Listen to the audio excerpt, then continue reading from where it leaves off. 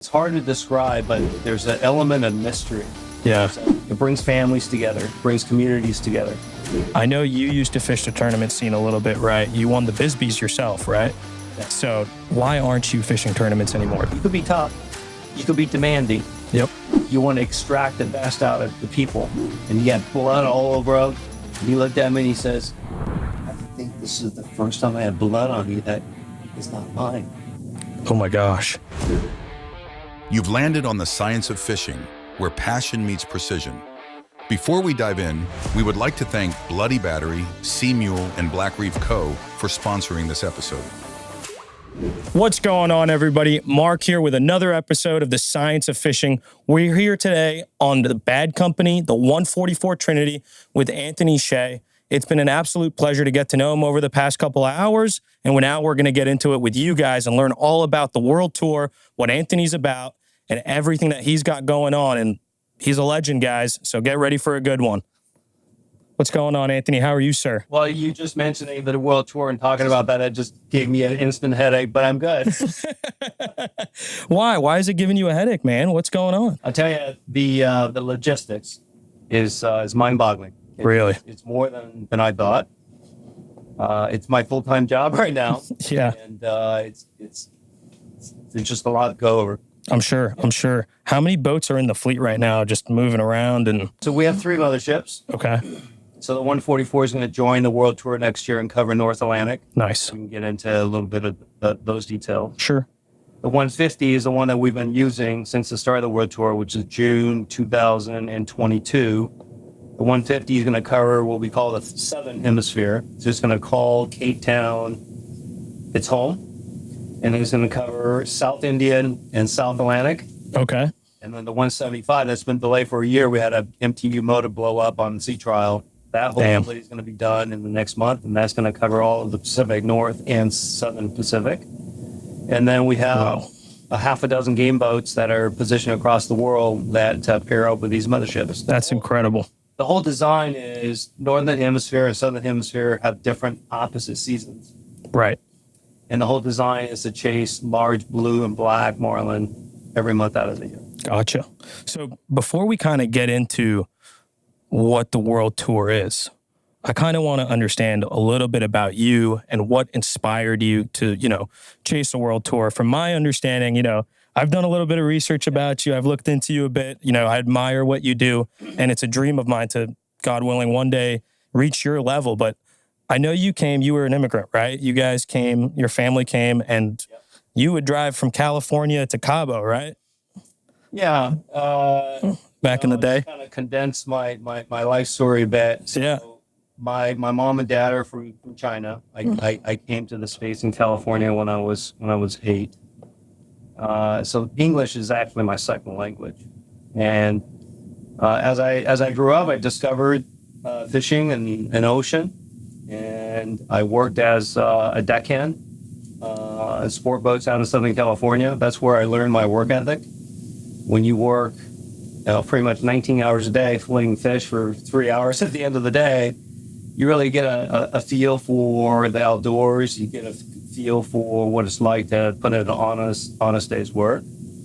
And from there, I bought my first boat, age 18, a 17-foot whaler. And Southern California fishery is fairly limited. We have a short summer season there, so I started to stretch it out. And at 18 years old, I towed that thing 1,000 miles into Cabo San Lucas. Wow. So what was it like driving from Cali all the way to Cabo? And what were you getting after? Striped marlin? What were you doing down there? What was your prerogative? Mark, we didn't care. We just wanted to go. We had $60 in our pocket, being 2 guys. So $180 would last us for 10 days, and that's including gas money, hotel money. We didn't go in the hotels. We pitched a tent on the beach. Sure. And launched the whaler from the beach, and we caught everything. We caught sails, blue marlin, striped marlin, amberjack, dorado, wahoo, anything and everything. Is there anything from that time that stands out to you, that start for you? A lot of it. I mean, what really stands out is, we wasn't fishing, and that is, we had like 3 cows on these trips going down. You- There's a lot of mountain roads, and you don't see what's around you. And I had a 1984 Toyota pickup with a 4-cylinder, and you see a cow going 40, 50 miles an hour coming around the corner, you're not going to stop. Yeah. You just, boom. Really? Yeah, and they bounce off the bumper, they get out, and they run away. While you're towing the boat. Oh, yeah. Oh, wow. Oh, yeah. One time we had the boat kind of jump off a little bit, but Oh, my goodness. it was all good. Well, that's insane. So talk to me a little bit about the transition from that to now. That's a long time in between, but you went from, having a little 17-foot whaler, driving it from Cali all the way to Mexico, and then now you're on a world tour. I know you started Lone Depot and you had a bunch of different projects and kind of were able to, get ahead and do what you need to do. Okay. Well, let's see how I can condense 35 years.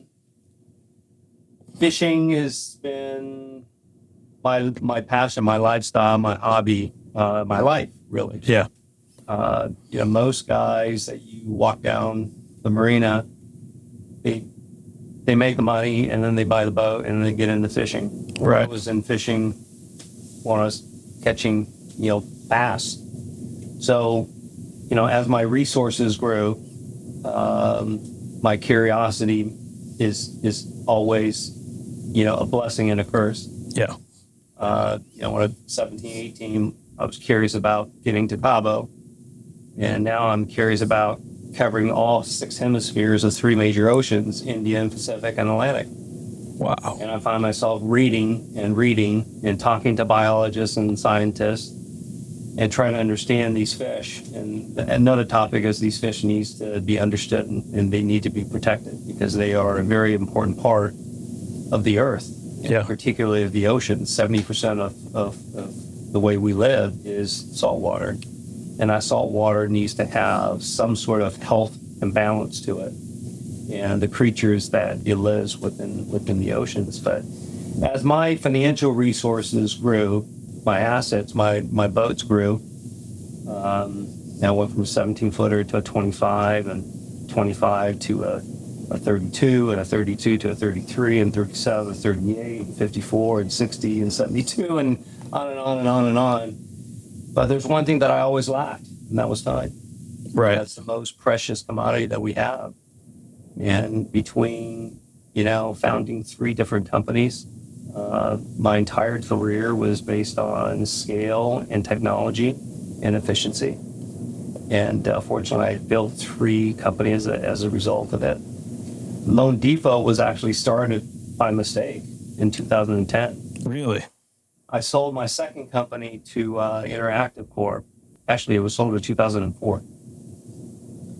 And I wanted to go fishing, and I did between 2006 and 2009. And I got bored. As much as I wanted to fish at that point, I wasn't ready to fish full time. Right. So I decided to build another organization, and that's how Lone Depot was created in 2010. And within 10 years, we became the 2nd largest mortgage provider in the nation, only second after a great competitor and a friend, which is Rock the Mortgage. Sure. So from a standing start, we beat Chase in year 8, we beat Bank of America in year 9, and we beat Wells Fargo, the Stagecoach that's over 100 years old, in year 10. So, Right. really rocked that business. And then unfortunately 3.5 years ago, I lost my father and I lost my best friend. I'm sorry. And that's when I decided, I need to do something different. Sure. So that's when we really started to come up with a plan with the world. So during that time that you were building these companies and most recently Lone Depot, did you still have that itch to get out there, or were you in company building mode, So I was fishing 60 to 100 days a year every year. So I averaged about 80 days a year. So between that, being a CEO and being a family man, I had to give everything up. So golf, tennis, water skiing, motorcycle riding, car racing. I got into everything. Wow. I gave everything up. So Really? I focused on fishing when I was in my early 20s. I gave everything up. So I'm a dork with absolutely everything other than you put a fishing rod in my hand, then I'm okay. Well, nowadays, now you get to fish full time. This is your full time job now, the world tour, right? Yeah. So now that you're in world tour mode, I know we were talking a little bit about it before, run me through what a typical day looks like and like, what is your mental focus during that? Are you fun fishing or are you treating this like you're building Lone Depot again? Or are you treating this like a job? There's been a lot of surprises. So the biggest surprise is year one of the world tour, in the first few legs, we went to known spots. They're exotic, but they're known. Madeira, Azores, spots such as that, Cape Verde. And then as the legs started to grow, then we started going to areas that are a little less unknown. Brazil, as an example, Southern Hemisphere, no infrastructure, no marinas, no fuel docks. It's a mothership type of requirement. Right. And then leg 7, which is what we just completed, was Ascension. Getting to Ascension was, I think getting to the moon probably would have been a little easier. Really? But we made it there, we fished, and we can't wait to go back next year. How was that experience at Ascension? I mean, that's my dream, to go there and catch those big yellows and do all that. It's hard to describe, but there's an element of mystery. Yeah. There's an element of knowing that you're truly remote. I mean, the island, I think, is 4 miles by 5 miles. There's no lead. So there's really, you can't really get away from the wind. And this being a hot water year, it was 3 degrees above normal there, and the wind was howling 20 to 30 knots every day. And we just got our brains beat out. Really? On a 33 footer for 27 days straight. So when we go on these trips, we are fishing sun up to sundown. I don't take a half day off to walk the beach. I don't check out the island. I mean, we are absolutely disciplined fishing sun up to sundown. But going back to your question, what's world tour like? The amount of time that I spend on the phone talking to people in each individual area that is less known is extreme. How come? Because you can't get a fish report. You can't get a weather report. So these are areas where when you go, there's not a network of people that you can rely on to give you information. And most of these places are only fished 3-4 months out of the year, only by a handful of charter boats that are 22-foot outboard boats. There's just lacking data, lacking information. And for us to position a mothership and position our assets and fly over there and spending 30 days or so, we need to put ourselves in the spot that we have the best chance to enjoy trophy fishing. Right. So, you really need to really do your homework and trying to figure out whether you go to spot A, spot B, or spot C. Those are all areas that are in consideration. So, for example, this year we're going to Bazaruto in Indian Ocean. Next year we're going to go back to Ascension, and possibly we're going to fish Angola next year. So these are all sort of considerations you need to think about. And we were going to go to northern Indian Ocean, but because of the Suez Canal and the war that's happening, all the conflict, Yeah. we won't be able to go there for a little while. Jeez. So on this world tour, from my understanding, you have 3 target species, right? The blue marlin, the black marlin, and the surface swords, right? Yeah. So run me a little bit, of what makes you decide to go where? In Ascension, what exactly are you targeting? All 3? Well, probably not. Some different places have different species, but how do you decide where to go to next based on what species? Is it based off of, I haven't caught enough blue marlin, I haven't caught enough blacks? What is, the itinerary, and why is it the way it is? So the original design was trophy blue and black marlin, and then surface swordfish. There are no black marlin, not in a way where you would catch them in the Atlantic. There's been spots, there's been reports of a few being seen in the South Atlantic, but so far I would tell you that seeing a large blue marlin It is the most addicting thing I've ever done. And I do miss fishing for black marlin, and that's why we're going to go to Bazarito this year and fish for them. And the next year we're going to go back to the Great Barrier Reef and fish for black marlin on the spawn. But chasing these large blue marlin, and I have to grin, it's addicting. And originally we were going to do the world tour for 3 years. Now we stretched it out to 4. I don't know if it's ever going to stop. Seeing a large blue marlin, and on the world tour we've seen 5 over 1,200. Fortunately, we hooked all of it. Unfortunately, we pulled the hook on all of them. These giants, 700 pounder is big, 900 pounder is big, 1,000 pounder is big, and we have now weighed one over 1,000. We let some go that are 950 plus here or there, but we just seen one at Azores that was 1,200 pounder, and they are they're massive. Yeah, and it's just a lot of fun. What is your goal with this? Is it to catch one unbelievable fish, or is it about a numbers game? What is it? We have one hopeful outcome. The one hopeful outcome is to have one fish that we can look back and talk about. That's our hope. Okay. That's really not our goal. That's really our hope, because in fishing, you're not in control. Right. Anybody thinks you're in control, then that's catching, and that's not what we do. Right? Yeah. Our goal is to keep everybody safe, to stay out of trouble, to have a positive impact for Americans, and have a positive impact for sportsmanship every place that we visit. Okay. That is our goal, because that is what we can control.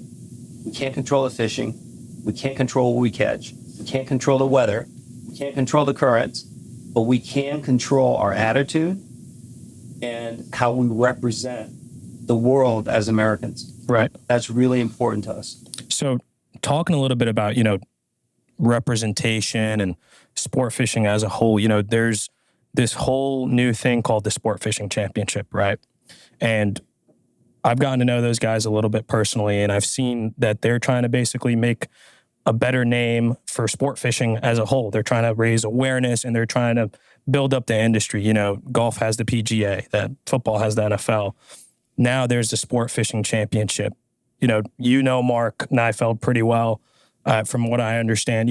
What is your opinion? What's your take on building such a league that, in my opinion, I think is going to be great for the younger generations and my generation coming up? But seeing things.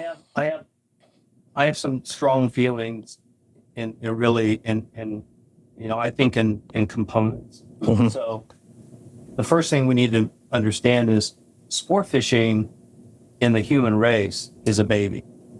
The humans have fished for food since the beginning of time. Yeah. But to go fishing for fun, it's already been only 110, 120 years old, right? It's well documented back to the fishing clubs, and a lot of that originated in the U.S. So we need to understand the sport fishing as a sport is fairly new. Yeah. Second, fishing is the most popular recreational sport on God's planet. Soccer has nothing on fishing. More people fish. It brings families together, it brings communities together. But our sport lack heroes, right? Yeah. Every organized sport, whether it's whatever, right? You got your Tiger Woods and Michael Jordan, and Tom Brady, and right. We don't. So I think Sport Fishing Championship is trying to create that, and I applaud them for doing that. I also think our sport lacks sportsmanship. So if you look at any other sport, even cyclists or surfers or golfers, there's an element of sportsmanship. Our sport, there's a lot of trash talking. Yeah. Too much. Very much so. And I think that happens as a result of lack of direction at the top. But it's just really important for many of us to lead the sport in a little better position than the way that we found it. And it's the inspiration that draws the next generation up. Yeah. And, we hope to contribute a little bit to that. In front of me, I have the Flushmaster by Seamule. This little device simplifies the process for flushing your engines. All it takes is 3 easy steps. Plug the hose into the device, plug the hoses from the device into your motors, and press on. That's all it takes to preserve the longevity of your motors, ensuring 100% clean water is running through them. So if you want to preserve your motors, go to seamule.com and go pick up a Flushmaster. So you're talking a little bit about sportsmanship, and I kind of want to go and shift gears a little bit to tournament scene. I know you used to fish the tournament scene a little bit, right? You won the Bisbees yourself, right? Yeah. So why aren't you fishing tournaments anymore? What is it that is not doing it, I guess? Tournaments are high energy. Isn't the World Tour as well, though? It's different. Tournaments is where, you get to measure up, right? Same location, same rules, different boats, different equipment, different talents. Yeah. And I did tournaments for 21 years. And up until just 2 years ago, we held the record for the highest payout, 3.9 million. And that was back in 2006 or something like that. So you can imagine 3.9 million. It's a lot of money. Yeah. So we won a total of 7.8 million. I think we collectively, other teams have beat that by now. But, we had our time. The next generation is now, putting it together. Right. If we ever enter the tournament scene, we will get our clocks clean. Because, you can enter a tournament. There's no barrier to entry. You write a check, you got a boat that floats, you got a hook, you're fishing tournaments. Right. But if you want to be successful, consistently, you got to give up almost everything just to fish. Absolutely, just fish tournaments. Really? Absolutely. Yeah. If you want to be, you can go out there and put a lure in the water and have a big one jump on. And Sure. But if you want to be successful with the tournament scene, with different formats, releases, numbers, and then jackpots and heaviest fish, if you want to be successful over a period of time, Yeah. you have to be completely devoted to it. And we did that. The restrictions with that is that you can't travel. Because you have to have your boat where the tournaments are. But it works fine for somebody like me that was working and raising a family. I have 80 days a year. I put 50 days of it in tournament fishing and another 30 days go have fun in Mahi-mahi or something. Right. But now I have the luxury of time. That's the most precious resource is time. And I want to utilize that time as best as I can. I like fishing heavy gear. I like fishing heavy pressure. And, I'll do it until I can't do it anymore. Right. So as time has gone on, you've had kind of a right-hand man, right? Captain Steve. Yeah. Would you say he's, you guys have known each other for a long time? We've been together for almost 22 years. Wow. So where did that friendship start and how? So he was my hero when I was coming up. When I had my whaler, and then when I had a 25-foot center console Cabo Cuddy-Con with twin 150 2-cycle Yamaha. And, I just always know of him. And then, two crazy fishermen got together. Technically, he's my captain, and I employ him, but we're just two buddies that fish together for a long period of time. The guy really he's the only captain that ever driven for me. I drove until 22 years ago. Before that, I was driving. Really? Yeah. Wow. I was driving. So you guys got to really see like each other grow as fishermen and through life and families and everything kind of throughout the years. Yeah. Lots of different boats, lots of different fishing, lots of days on the water. Yeah. We think the same in regards to fish. Yeah. And just been a good match. But, we have an amazing team. Our wireman, has been with me for over 20 years. Wow. Our other captain, co-captain Kevin Bohannon's been working with me now for 10 years. And then Steve Sun is our videographer that doubles on that deckhand. I've known him since he was 3, 4, 5 years old. Oh, he does a great job. I've seen his work. It's a great job. And then of course we have our support staff on the Right. motherships that really keep things managed well until the fishing boys come in. So when you build a team like this, you've been with them for a long period of time. What do you look for? What you want at the end of the day is you want someone that really understands the team concept. Right. We all have egos. We all have bad days. Yeah. But ultimately, you have to put the team first, including the owner. Yeah. Yeah, I'm the boss. I made the decisions. But at the end of the day, if you want good guys to work for you and you want to be on the boat 12, 14, 16 hours a day, nobody wants to work for a jerk, Yeah. right? You can be tough, right? You could be tough. You could be demanding. Yep. You want to extract the best out of the people, right, on your team. Yep. But you can't be a jerk. Right. If you're a jerk over time, these guys all can go out and get 25 jobs. They don't have to work for me. Sure. Hopefully they will want to continue to work for me. But you got to be very, very selective because, you can get sideways real quick. If you leave your damn toenails on the counter, I mean, that's over a period of time, people get offended. They rub each other the wrong way and egos get bruised and the team falls apart. And, we have our challenges too. Right. We're going on 2 years now and a lot of stressful times and you just try to keep it together. Sure. So speaking of keeping it together, you do a lot of different things. You're always fishing all over the world, but you always bring it back and give back to the community, right? So you have a nonprofit also that you put on, right? It's Heroes on the Water. Is that correct? That's right. Right. So what inspired you to do that and what is your goal with that? Before the world tour, I've always invited vets out fishing. You take them out for the day and they're appreciative. They love it. You guys know how incredibly rewarding it is to take somebody out on the boat and have them hooked up to a fish, right? Yeah. The excitement is pretty rewarding. And one year I just decided, you know what? I'm going to do something a little bit more extreme. I'm going to pick 8 vets and I'm going to take them on a Cabo trip for 4 days and take them on my jet and just give them I'm just going to give them the red carpet. So I put a trip together. We invited 8 vets and everybody's super excited. They get on my plane. Everybody's having a blast. We get to Cabo, we fly to Cabo, and I had a whole bunch of custom swag made for them.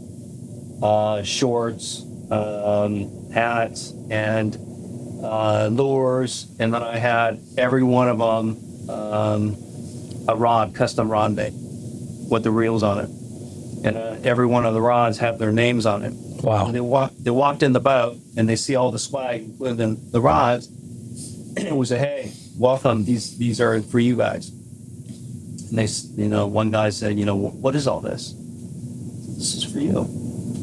And out of 8 of them, 3 of them dropped to the knees and started crying. Oh my goodness. And that's when it hit me. That's when it hit me real hard. And for the next 3 days, it was just like on cloud 9 with these guys. I mean, the bonding that I had with these guys as a civilian was pretty insane. Yeah. So right after that trip, I decided that I got to try to figure out how to do this a little bit more, and it needs to be a multi-day event. So we started War Heroes on Water. We're in our 8th year now.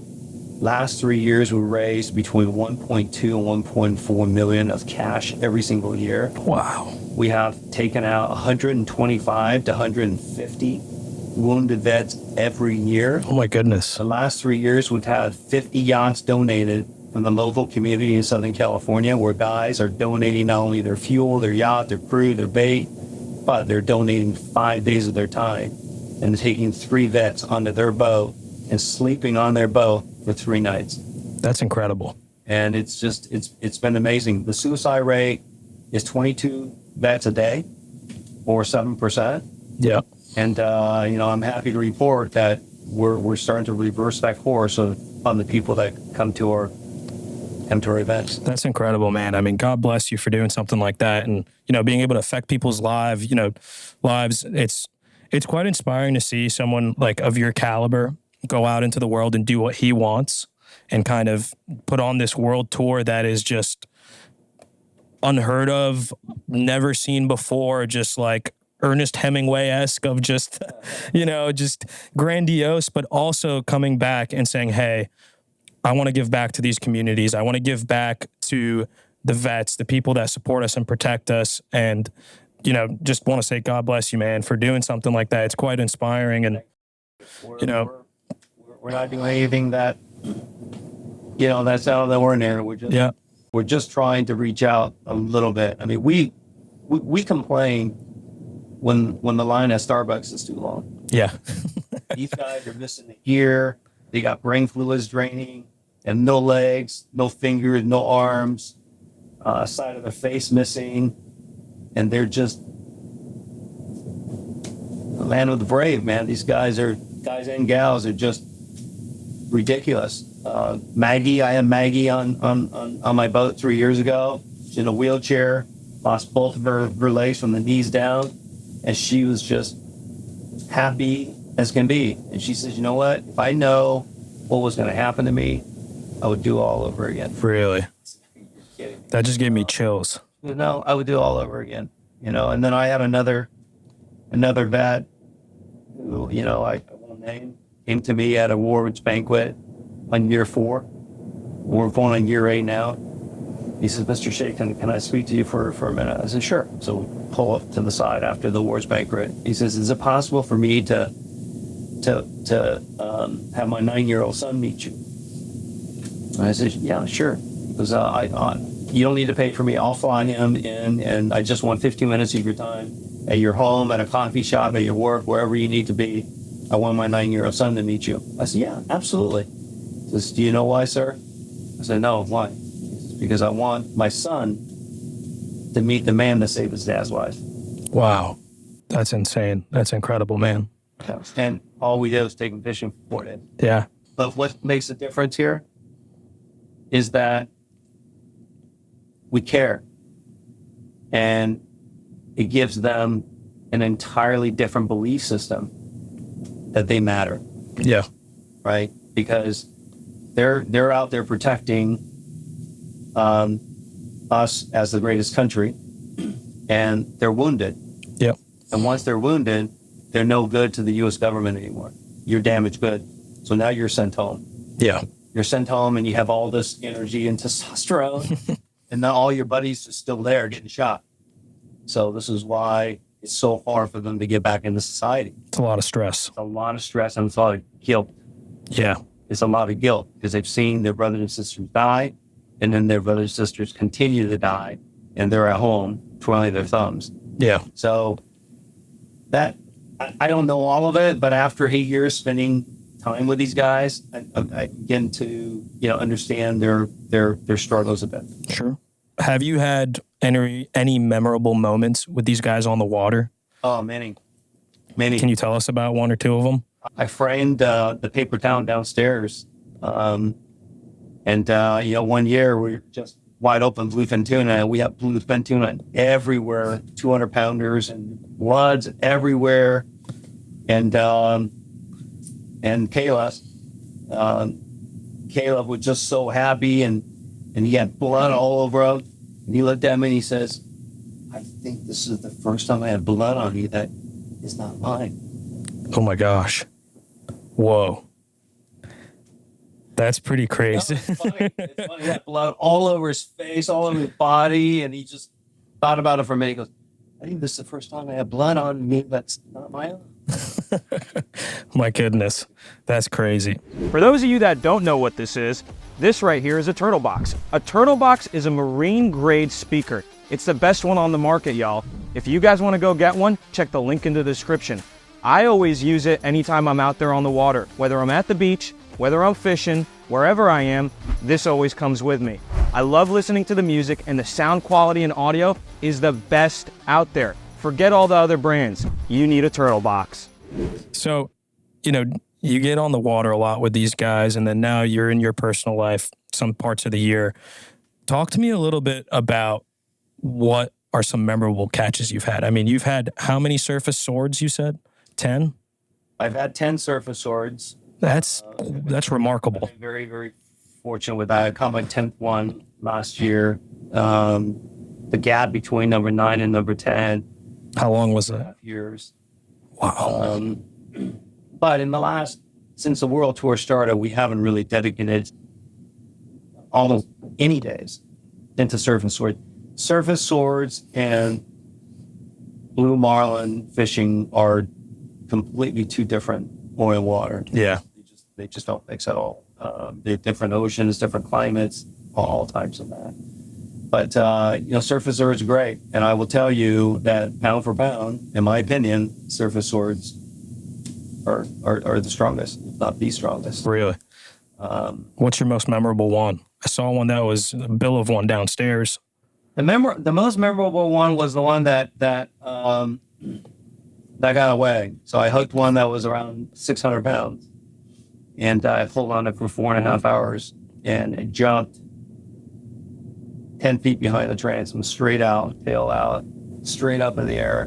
Whoa. 4 hours in, and we looked at each other like, oh, I don't think this thing's tired. And we pulled the hook 4.5 hours later. That was 600 plus. Wow. That's insane. Yeah, on 80-pound test, I don't know if you can catch a fish like that on 80-pound test on the surface sword. No, you don't think you can back down on that thing hard enough, and it's got a lot of energy. Surface swords, they don't run. Okay. They don't run. So what do they do? So, I use a Talica 20 and Talica 25. People are looking at me and saying, oh, this guy's stupid because you're going to get spooled. Well, surface swords do not run.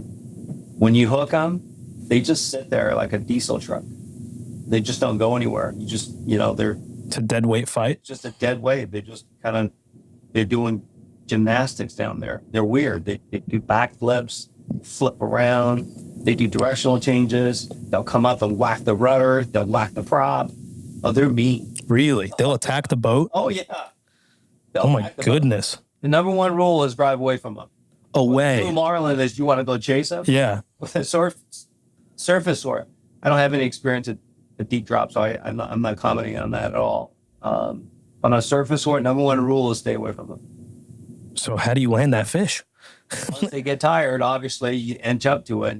Yeah. But when they're fresh, you actually want to drive away from them. That's incredible. So that's, like you said, oil and water. That's completely the opposite of marlin. It's completely different. So what's... Marlin is very fast, especially the blue marlin. Black marlins are different. But a swordfish, they really don't get excited. A surface swords out of the 30 or so that I hooked, that I caught 10, I've only had 2 jump. So they don't jump. Yeah. Then the deep drop ones jump. Yeah. But the surface ones, they don't jump. They just Interesting. They stay between 50 and 150 feet, and they just cruise. Wow. So when you approach a fish like that, they don't get spooked, right? We talked a little bit about this earlier. I was curious, can you tell me again why they don't get spooked by a massive boat coming in? Or They get startled. yeah. They get startled. They're very dominant personality. When they're on the surface, they're not feeding. They're not in the feeding mood at all. I mean, they got these giant swords and giant eyes because they feed in the deep. Yeah. That's how they're caught. When they're up on top, they want the heat of the sun, and the pressure is different. So when they relieve themselves, we've seen many of them relieve themselves on the surface. As soon as they're done relieving themselves, they go right back down. Oh, wow. So you see the water completely brown up. And once they brown up and then they twist, they do some of the funniest things. They twist. I can't even describe it. They twist when they're relieving themselves. And once the water brown out, they're gone. They go right back down. So how long is that time period from when they come up, you think, and then they go back down? Like what? Are you catching these fish in a 10-minute window? They like high pressure. They don't like strong currents. So you usually see them a knot and a half, 2 knots. If you have the 3-knot current, they usually don't come up. They usually don't come up when you have wind that exceeds 10 miles an hour. So anything that white caps, you still see them, but just not as much. Yeah. So the entire sort of objective when you see a surface sword is you want to really just piss it off. Yeah. You want them to have their predatory instincts. How dare you flash yourself in front of me and I'm going to kill you? They're not up there to eat.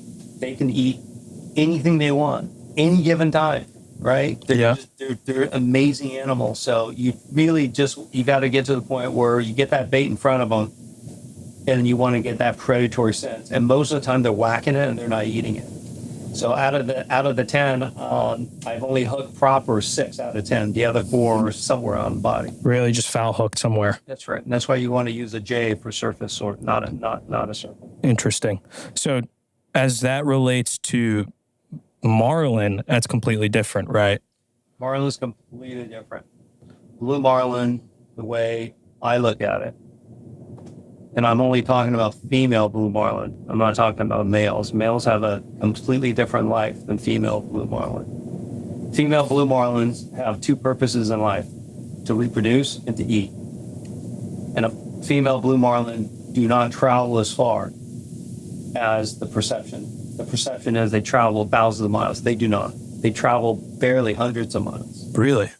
They're very, very specific. A female blue marlin consumes a ton of food. She knows exactly where the grocery store is at any given time. Any given time. So that's why you rarely see a skinny female. Most of the females are husky, they're bulky, they're healthy. It's because they know exactly where their groceries are. Yeah. 12 months out of the year, okay, they know where their groceries are, and they mate. In my opinion, this is not scientific, this is not my opinion, they mate in the 5 months leading up to the brightness of the sun. Okay, so after the sun starts to fade, we have, our longest day in the year, right? Yeah. So after that, I do not believe they're in the mating zone anymore. Then they go into a feeding zone. But there's 3 distinctive zones that we fish for females: transitory zone, feeding zone, and a mating zone. In a mating zone, you'll see 100 pounders all the way up to 1,000 pounders. Transitory zone, you'll see about the same. And then the feeding zone, you only see females. Azores is the feeding zone. I see. So last year we caught, I don't know the numbers, but in that one crazy 7-day period, we caught 41 fish, and 28 of the 41 was over 500 pounds. It's just all females. Wow. That's pretty crazy. What's the largest blue marlin that you've caught to date? 9s. So we caught over 220 blue marlin since the World Tour started. About half of it is over 500. We hugged 5 that is well over the mark, and we let go 98.5%. So out of 220, we've taken only 3 fish. Why? There's really no reason to take them. Yeah. We satellite tagged 5, and we're going to continue to invest in the satellite tag. We let go a few that were 950 plus, but until we see one that's for sure over the mark, we're not gonna. I was gonna say, is there one that you're waiting for that you're gonna take home? We certainly like to do the ultimate dream, not a goal, maybe a goal. Is all tackle record. All tackle records 1403, and we've seen them over 14. I mean, we have many friends that have lost 1,600 pounders, 1,800 pounders that are not fish stories. They're a real deal, but the big ones are hard to catch. You don't get big for being stupid. What do you think it takes to get that 1,500 pounder?